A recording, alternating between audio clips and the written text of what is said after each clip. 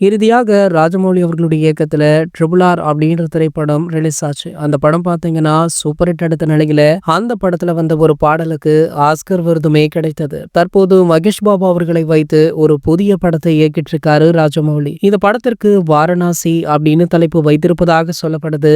இந்த படத்துல பாலிவுட் நடிகை பிரியங்கா சோப்ரா முக்கிய வேடத்துல நடிக்கிறாங்க. இந்த படத்துடைய படப்பிடிப்பு பல நாடுகளிலுமே தொடர்ந்து நடைபெற்று வருதா. வர 15ஆம் தேதி இந்த படத்துடைய டைட்டில் ட்ரீசரை படக்குழு வெளியிட பிளான் போட்டிருக்காங்க.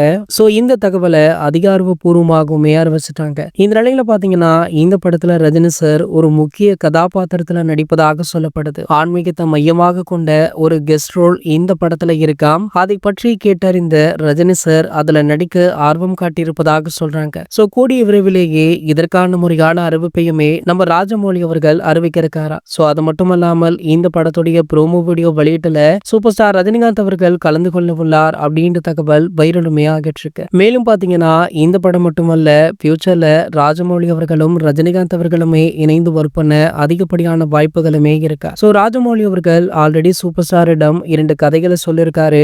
அதுல ஒரு கதையை சூப்பர் ஸ்டார் அவர்கள் சூஸ் பண்ணி உள்ளதாகவும் தற்போது டேட் இல்ல அப்படின்றதுனால ஃபியூச்சர்ல பண்ணிக்கலாம் அப்படின்ற மாதிரி 2 பேருமே வெயிட் பண்ணிட்டு இருக்காங்களாம். சோ இவங்களுடைய காம்போ இணைந்தா எப்படி இருக்கும் அப்படின்னு நீங்க நினைக்கிறீங்க அப்படின்றத கீழே உள்ள கமெண்ட் செக்ஷன்ல கமெண்ட் பண்ணிட்டு நம்ம சேனலை மறக்காம சப்ஸ்கிரைப் பண்ணிக்கோங்க.